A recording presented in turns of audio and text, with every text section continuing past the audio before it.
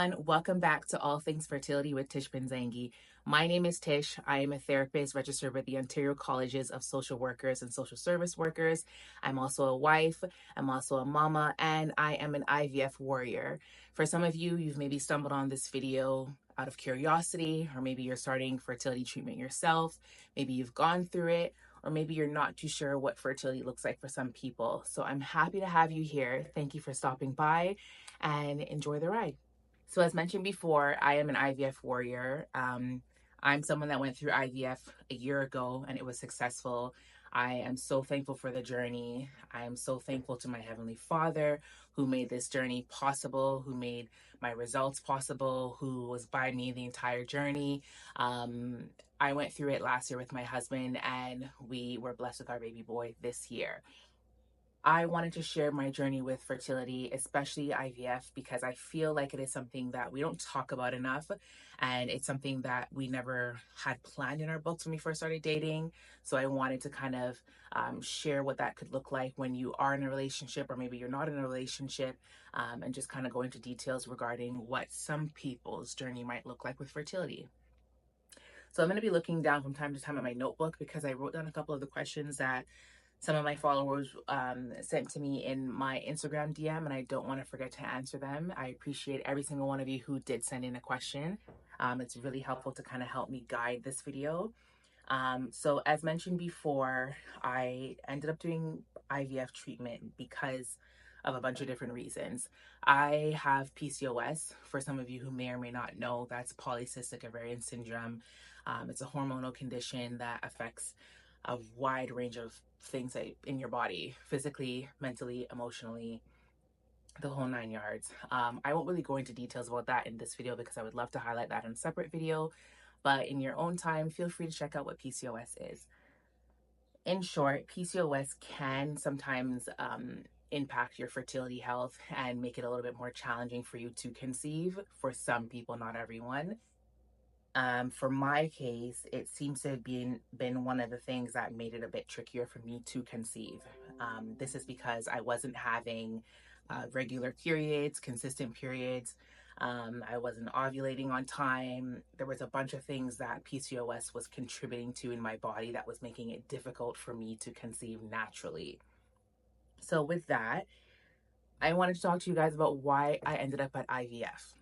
So starting back, I guess, in 2019, when my husband and I we got married in 2019, we already spoke about our journey with fertility and what it could look like, what it might look like, because I was very transparent when I first met him and told him about PCOS and what it could look like for me. And so I'm so grateful that he's been so supportive, so on board from the beginning, and that he has been an absolute gem the entire time to support me on all of the interventions that we've gone through. So with that, we have been, I guess, on and off trying to have a baby for a couple of years now, from 2019 to, I would say, 2024, or 2023, I should say, because we had our baby in 2024. With that, we tried, obviously, naturally to get pregnant, wasn't successful, unfortunately. So then we made the call to go to a fertility doctor. With that, I went to a bunch of different clinics. That's my other thing I want to talk to you about is when you're starting fertility treatment, or if you're thinking about starting fertility treatment, you're going to have so many doctors down your throat, so many people with their opinions. So many times you're going to hear yeses, so many times you're going to hear no's, so many times you're going to hear people be positive, you're going to hear people be negative. I highly encourage you to do what you want to do what feels best for you and your partner, or yourself if you're going through this by yourself. But also just don't take no for an answer and continue to get second options, continue to get third advice, continue to get feedback from this person, that person, in regards to your journey to support you. I don't think you need to share your business with everyone, but don't take no for an answer is what I would say to you, because if we had taken no for an answer, we would have been stuck in 2019 without our baby today. So I wanted to share that with you. So in 2019, we decided to go to a clinic. That clinic definitely was pretty challenging for us because the doctor we were working with was very dismissive. He was very hard to work with. He wasn't very warm and empathetic. And obviously, these are all the qualities and traits that you want in a doctor or that you want in somebody that's going to be guiding you on your fertility journey. And unfortunately, we didn't get that with him. So we decided to go to another clinic and start working with somebody else. That doctor at that office, I can't remember exactly what it was that kind of discouraged us in the beginning, but he was just really dry, really cold, just very judgmental. Kept highlighting a bunch of different things that I wasn't coming there for. He was just very sharp, and that's not the type of attitude that some people need to be able to go through this comfortably. So I knew it wasn't the right fit for us. The other thing is that when we started at that clinic, typically what happens when you first go through fertility treatment is they start you off at ground one. And ground one is usually timed intercourse. So that's, cycle monitoring. They come in, they ask you to come in, they do your blood work every couple of days. They check where you're at in your cycle. They tell you when to go home, do all that. They have you come back, take some tests, see if you're pregnant, all of that. That's usually how it goes. And we did that a couple times. It didn't work. So then we had to move from that to different interventions in terms of medication to see if maybe it can stimulate things a little bit better, if it can stimulate ovulation better, follicle growth better, egg quality better, all of that. None of that stuff was working. So then we finally decided to take a break there and we ended up moving cities. So we went to another clinic. The second clinic that we went to was also not the greatest experience for us. The doctor that we were working with at the time was, again, very dismissive, very dry, just dropping his 2 cents in ways that weren't really supportive for us.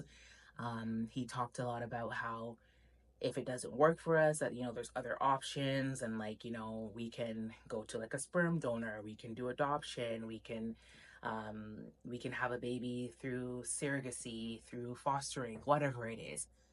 Which there's nothing wrong with any of those things. But for us at that time, we were not mentally ready to go in that route yet because we had just started our journey.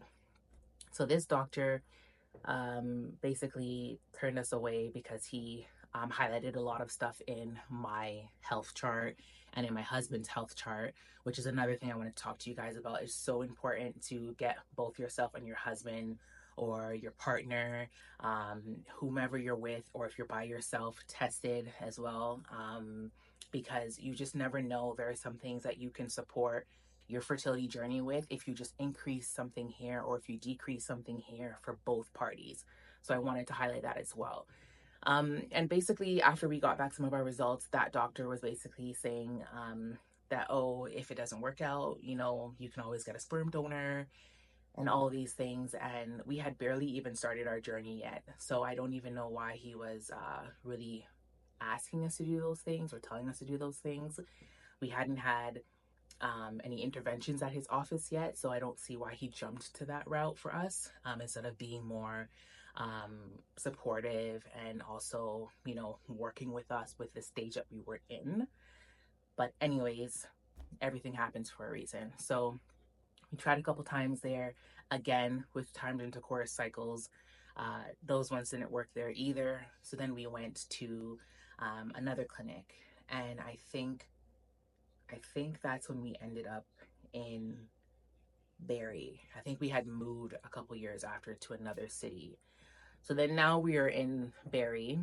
We obviously decided to go to another clinic again because every time we moved cities, we just couldn't handle the trek back and forth to our clinics. And for any of you that are going through fertility treatment right now or going to go through fertility treatment, it is a very demanding thing on your body. You have to show up every day or almost every day to do blood work, to do ultrasounds, to do anything related to your process. You need to be heavily available to do these things. So with that, we wanted to have our journey done at a clinic that was closer to home. So once we moved to Barrie, which is further up north, we decided to change clinics again. Obviously, we wouldn't be just wishy-washy changing clinics here and there for, the sake of just doing it. We obviously didn't have a really great experience with the first two clinics, so that's why we ended up moving to another clinic. And at the third clinic, we called for a consultation, and again, the response was not very supportive. They were really dry and just um, really negative and just pointing fingers. They wouldn't let us speak. It was very much like, oh, you're here because you have PCOS. Okay, so here's what it's going to look like. You're going to come in, you're going to do this, and this, and then we're going to do that. That's just how it works. And if it works, it works. Like, it was a very dry consultation. And I was like, already on edge because I'm like, I just want this to work already. And then to have somebody come at you and talk to you like that is just very discouraging. So we decided to not go with the Berry Clinic. Thankfully, I met this amazing woman who became really good friends with me. I used to work with her, and she recommended that I go to a clinic further north, which is in Aurelia. And that's where we ended up doing our fertility treatment. So we ended up in Aurelia, and it was great. The staff there was great. The nurses were amazing. The doctor was amazing. We had a great referral, and we felt very positive with the experience. We didn't regret anything, and that's where we felt most comfortable. That's my point to you, is that when you're looking for a fertility clinic, please find somewhere that feels most comfortable for you, because you're going to be so invested in those people physically, mentally, emotionally, financially. They're going to be in your life. And you want to make sure that you're so comfortable with these people that um, you can leave any information up to them. So, going on to the new clinic that we're at now in Aurelia, we're having a great experience. We had a great consult. We had a great time with the doctors. We liked the office. Everything was looking great. We didn't, I don't think we bothered to do any timed intercourse because we knew we'd done it in the past and it didn't work. So we didn't want to diddle daddly anymore. So we went to the next course of intervention, which is called IUI. I can't remember what it stands for right now. And I'm also not a doctor. So these are things that like I would love for you guys to also research on your own time. But IUI is something that we did first, which a lot of people call it the turkey baster method, which is when they take an instrument and withdraw the semen, sperm, whatever terms we want to use, and inject it right up into your area. So that we tried. I think we did it the first time, didn't work. Second time, didn't work. And then third time also didn't work. So because we had tried that already 3 times, typically the rule of thumb is if you do IUI 3 times, you want to go on to your next intervention. Same with time intercourse. Most times they'll tell you, try it 3 times. If it doesn't work, let's go on to something else.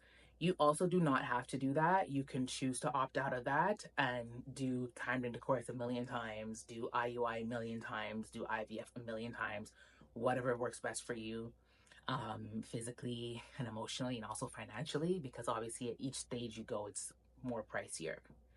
So because those 3 interventions did not work, that the 3 times did not work, we decided to check in with our nurse and see what she advised us to do. Prior to this, at the other clinic, we had joined a waiting list for IVF just in case we needed to get there. By the time we got to Aurelia's clinic, it had been like I think 2 or 3 years later. So we were already on the waiting list, which was a waiting list for funding. So we were, excited to use it because it was coming around now and we were looking forward to that. I was waiting on that phone call from them for years. I'm like, when are we going to be next on the list for the funding? And it took eons. So then we finally get to the stage where we're deciding that we should maybe consider IVF. And we went back and forth a couple times with it because IVF is very expensive. For any of you guys that don't know or do know, it can be very pricey. And so we had to really sit down and consider the pros and the cons and weighing out everything when considering going to IVF. So IVF was our next step. We received the phone call that we were ready for funding, and then right before we got that phone call for funding, the new clinic that we were at had already said that funding has started, so you could just go ahead and start here.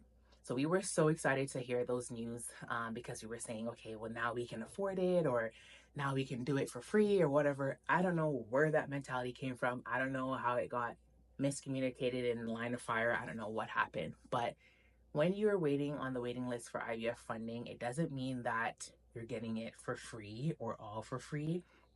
It means that certain things you might get for free, and certain things you might get at a discounted rate, but you're still paying big money. So that was something that was kind of a shocker for us because we just were not ready for that financially because we had just moved, we just purchased a new house, we had a dog. We had already gone through a lot of the other fertility treatments that you still have to be paying for because these things are not covered by the government. So then when we got to IVF, we weren't really ready to do that. But we somehow got our ducks in a row and told ourselves, okay, is this what we want to do? Is this what we want to do right now? And we just went ahead and started.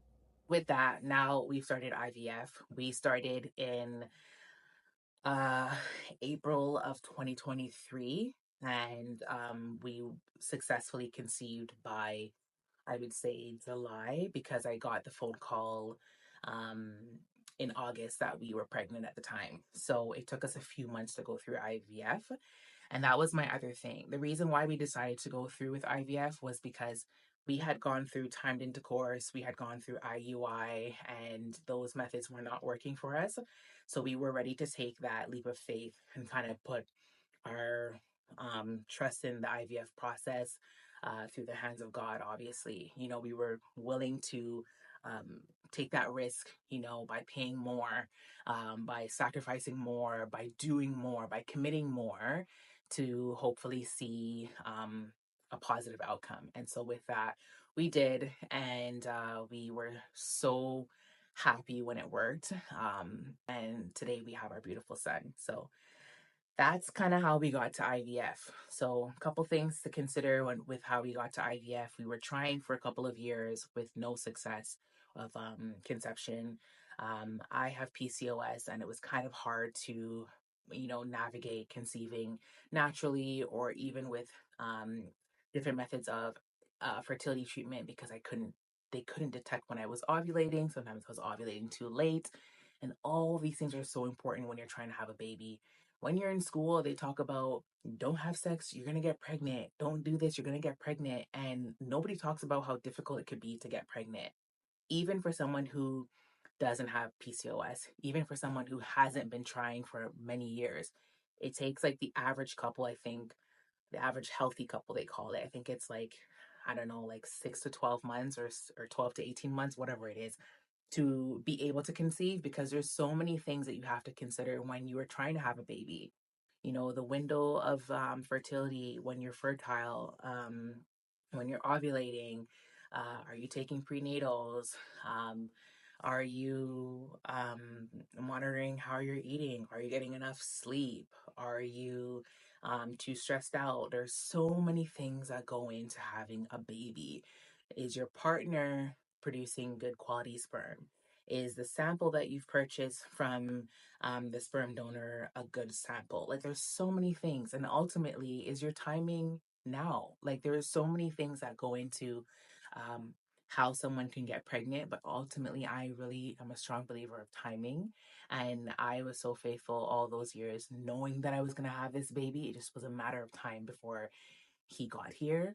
But there's just so many things to consider when you're going through fertility treatment. And if you're thinking about IVF, those are some of the things we were considering: the timing, my condition, um, uh, you know, the odds of uh, having a positive pregnancy test. All those things are things that we wanted to have. So that's kind of how we got it to IVF. And it was a crazy, long, tedious, painful, emotionally draining, mentally exhausting, seriously financially burdening of an experience. But I will say I would never, ever, ever say that I regretted it at all. Like, it gave me so much strength.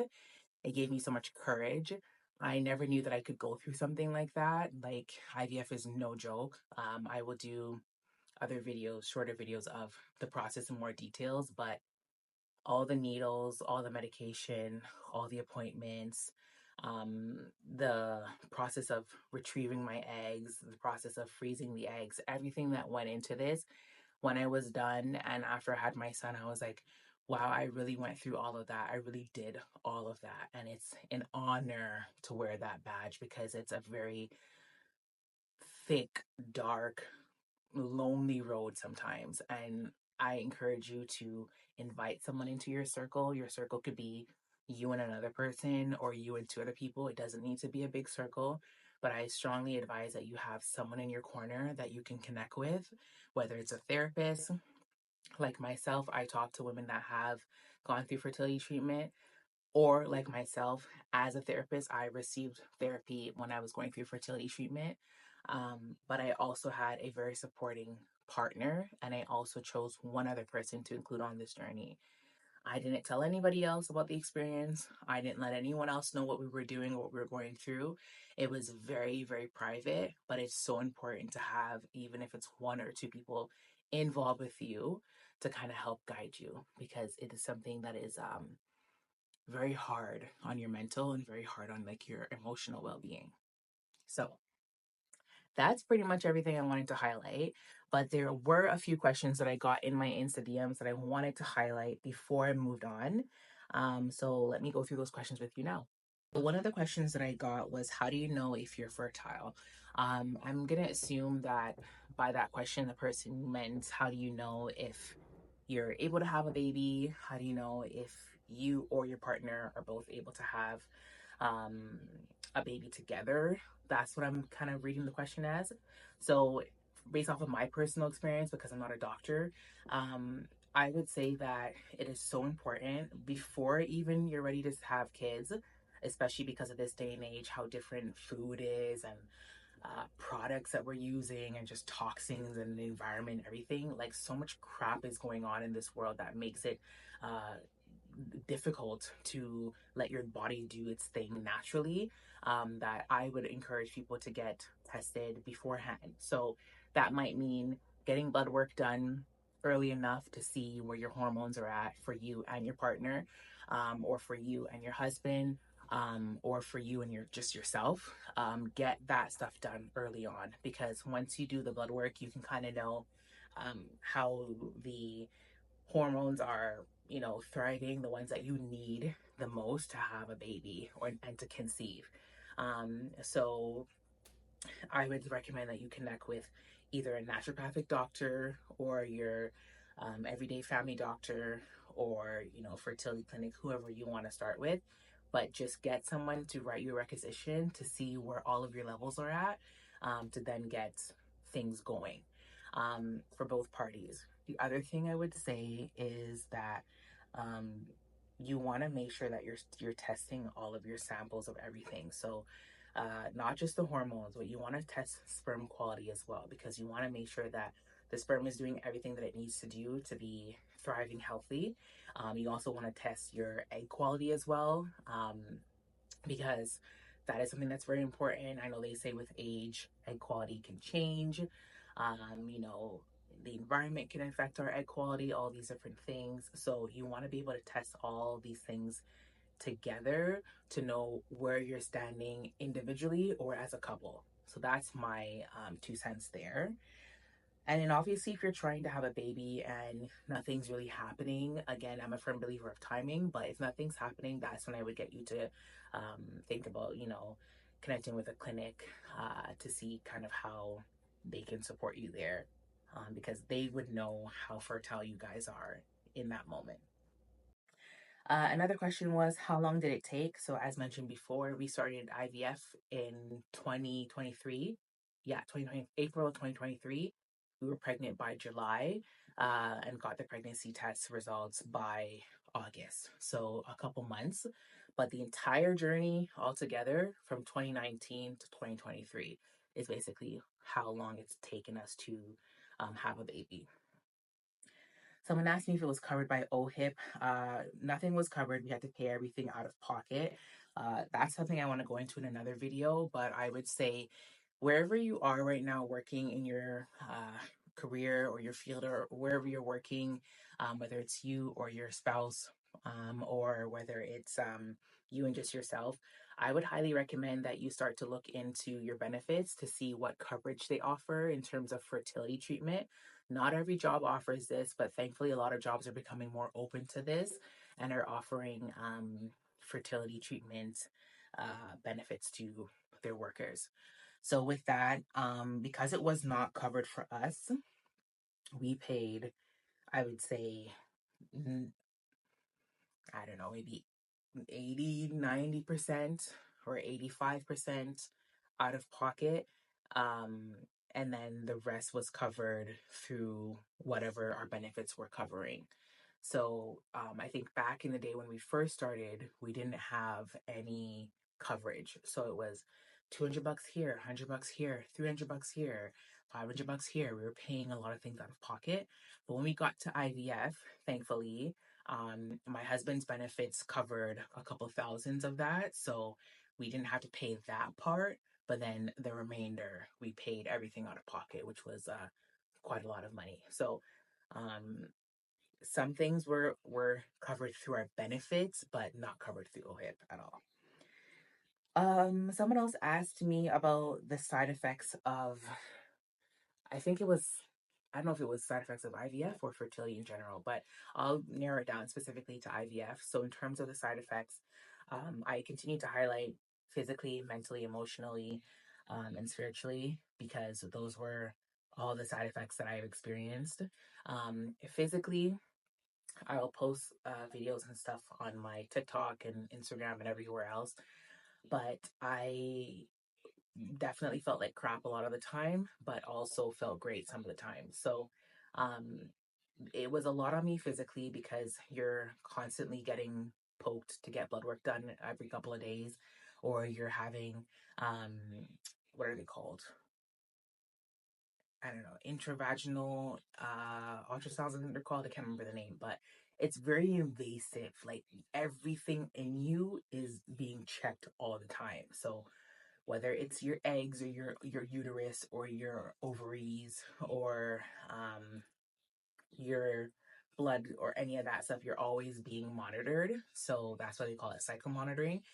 And with that, I got a lot of bruises. My veins were very sore, very thin, brittle, hard to find when I was getting my blood work done. But I would say the bulk of my physical pain was like a lot in my stomach because I had to give myself injections in my stomach. I got really, really, really big and bad bruising, like really, really bad. You also have to give yourself injections if this is the route you go in your bum or sometimes your thighs. And giving myself the injections in my bum were absolutely unbearable for like almost a year. I was still feeling the pain that I was having when I was giving myself those injections. And I was just bruised from belly to bum, basically. Arms were very frail and brittle, all those things. So physically, it was a lot. And giving myself the injections in my bum were absolutely unbearable for like almost a year. I was still feeling the pain that I was having when I was giving myself those injections. And I was just bruised from belly to bum, basically. Arms were very frail and brittle, all those things. So physically, it was a lot on my body. That was just the parts that we did at home or in the clinic. But in terms of IVF, we also had to do, um, what is it called? Egg retrievals, which is basically when they go in and they have like a mini day surgery and they take your eggs out after they stimulate your eggs to kind of grow and do all the stuff they need to do. And then they go in there and they take your eggs out and they end up freezing your eggs until you're ready to start the IVF process. That I'll go into details in another video. And also I had to do the transfer when they then take the embryo that was mixed with the sperm and the egg together to then be placed back inside of me. So everything was very invasive and very, very, very, very painful at times, but you also kind of get used to it as the journey goes because you're kind of familiar with what's coming next. So it kind of got easier in a hard way, if that makes sense. Um, and then yeah, side effects physically, that were my side effects. Mentally and emotionally, I was a mess a lot of the times because it was something very taxing and very draining and hard to go through, and especially to go through alone, and especially to go through when you didn't anticipate any of this stuff, like it was a lot. Like um, it was not a journey that was like easy to digest, because you know, you think as a woman this is something that you're just supposed to be able to do, and you don't think that you have to go through all these interventions to kind of just make a baby, you know what I mean? So it was a lot on my mental and my emotional, but thankfully, again, support system, strong faith in God, and just pushing myself and trusting that my body can do what it needs to do brought me out of that gutter. Someone asked me if it was expensive. Yes, in short, very expensive. It doesn't mean that everyone's journey is going to be expensive. It just means that based off of how long it took us to get here, the different interventions we took, and our final intervention, things were very pricey for us. But I wouldn't change it for a thing. Someone also asked, does diet affect your fertility health? I would say, again, I'm not a doctor, but from personal experience, I would say that the more you pour into your body and do things that are healthy for your body and good for your body and supportive for your body, it will always be a win. But that's not to say that if you don't have a great diet and you don't exercise and you don't pour into your body, mind, and soul in a healthy way, that you can't have a baby. That's not at all what it is. But I do encourage people to take those steps to kind of get on track with your health as best as possible, because ultimately things are all connected, right? Like you don't want to have you know, additional layers or additional concerns or additional health factors when you're going through this stuff, because it can sway the way things go. But that doesn't mean that it's gonna be a yes or a no. So that's that. A few more questions were, someone asked what finally worked. IVF is what finally worked for us. And then someone also asked what the biggest struggle was for me. I think what the biggest struggle was for me was that nobody knew that I was going through fertility treatment. Like, not my parents, not my in-laws, nobody. It was very, very, very private. And there were times when I wanted to share the information, or times where I wanted support or advice, feedback, or simply comfort, and I wasn't getting it because nobody knew what was happening. So that was really hard, because it felt very isolating and it felt very lonely. Although I have my amazing husband that was there with me the entire time, sometimes you need a little bit more to kind of help you get by, you know, like your partner, or if you're doing this by yourself, sometimes you're going to hear the things you want to hear, and sometimes you're going to need to hear it from this perspective of a friend, a girlfriend, a guy friend, your mother, your mother-in-law, a doctor, anyone else, right? So it's so important that you get someone involved with you. But I recommend keeping it as private as you can, because everyone's going to have their own opinion of what you're doing and maybe discourage you from doing it or not believe in what you're doing or anything. But I think that was the hardest part for me, was feeling like I was going through it alone. And also because although my husband was there, like, he would never understand what it was like for me. Like, he very much saw everything, but he will never understand the amount of pain physically, mentally, and emotionally that I felt, because he just can't, you just can't put this into words. It's just something that you have to just experience for yourself. The other biggest struggle for me was when family or friends would comment on us not having a baby, or anything to do with, you know, having a baby and all that. And obviously they didn't know that we were actively trying. So them joking around about, oh, when are you gonna have a baby, or oh, you're not doing enough, or you're not taking it seriously, in their own words, whatever they wanted to say, that was really hard to hear, because little did they know I was going home or I was sneaking out at work, or I was leaving the dinner table at a birthday party to go inject myself in the bathroom.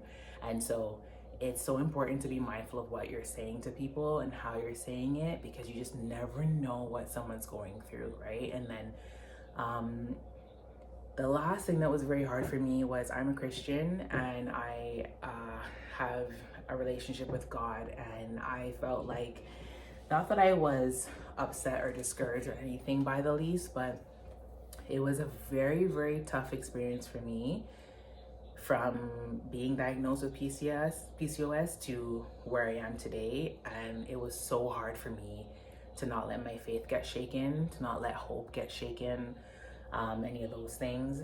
And every time from the beginning in 2019 till 2023, all the stuff we did, all the pregnancy tests we took, all the appointments we went to when I would see not pregnant, negative, sorry, it wasn't successful this round, whatever the words were, it was so defeating to see that. And at those times, you just feel like your faith is kind of shaky, because you're like, I am going through so much and I just need it to work, or I want it to work on my time, or I just want it to happen now. Why is this happening to me? So it was really hard to keep my faith very strong. And it was when I realized that, you know what, you have to keep your faith strong. That kind of gave me that boost to keep going. But there were times where I was like, is this gonna work? Like, am I going through all this for no reason? Am I gonna be someone that goes through fertility treatment for eons and eons and eons and eons and has no success? That's kind of some of the thoughts that I would have sometimes. But then I just had to switch my train of thought and told myself, this is gonna work. I already have this baby. This baby's already destined for me. I already have that baby in my womb. I had to really speak those things into existence. I had to really change my gear and just speak life into my situation. And I will say that that definitely helped me mentally and emotionally and spiritually, and also having a very supportive partner that helped to keep me out of the gutter and all those things. But you really need to have someone there with you, because, you know, anxiety, depression, all those things can come out of going through fertility treatment. And that's why I think it's so important to have someone by your side. My last question is the total cost. To be honest with you, I wish I knew the total cost. Sometimes I'm just like, I don't even care, because my son is so worth it. But I wish I knew, because I just kind of wanted to know what type of financial position we were in from the beginning till now. I will say that from the first clinic till now, we had to pay, at the first clinic, I think it was like $200 or something, or 200 and something every time we did cycle monitoring. So if you do that like a couple times in the year, like obviously 200, 200, 200, 200, that adds up. Then your partner has to usually get their sperm tested, which could be another, I don't know, 200-300. Then sometimes you gotta get something called a sperm wash, which could be another 400 or 500. Then you gotta retrieve your eggs, which could be another 400, 500. Then there's IUI, which is another 300 here, 300 here, 300 here if you're doing it a couple times. Then there is IVF, which could be couples of thousands altogether. So there's a bunch of different things we did. I will definitely do this in a separate video, because I'm curious to know how much we spent, but we spent definitely thousands and thousands and thousands. Like, we're not in the hundreds. Let's just make that clear. We're not in the hundreds, we're in the thousands somewhere. But again, it was a financial sacrifice that we needed to make, and I literally encourage you to do the same if it's within your means, and if it's something that you are ready to do in all aspects. I would encourage you to do it, because you really will find how strong you are at the end of it, and you will also have an increased faith and trust in God if you're a spiritual person. But also you will just be blessed with a baby. And obviously everybody's journey is different, everybody's timing is different, but just manifest it. Be positive. Tell yourself you're gonna get a baby, even if you've been trying for 5 years. Tell yourself that you're gonna get a baby, even if you haven't started your journey yet. Tell yourself that these things are gonna happen, and you will see how your life will unfold. So that's it. That's my very long-winded video. I apologize. I tried to make it as clear and concise as possible, but as I'm talking, some of these things are coming to my mind. But I just hope and pray that this video was informative in some shape or form. Again, I'm not a doctor, just a therapist trying to offer support to other women going through fertility treatment, just a wife and a mother who went through fertility treatment, and someone who went through IVF. So I hope that this video has touched you in some way, shape, or form and has encouraged you to know what your next steps will be with your fertility journey. And let me know how you felt about the content and how it has inspired you. And also, please let me know if you're on this journey for the first time, second time, third time, whatever it is, because fertility treatment can be something that follows you in life, or maybe it's one and done. We never know. But please feel free to engage with me in the comments, and I am so happy that you made it here, and even more happy if you made it to the end of the video. But anyways, thank you so much for your time, and I pray that your bundle of joy will meet you someday. Have a great night. Bye.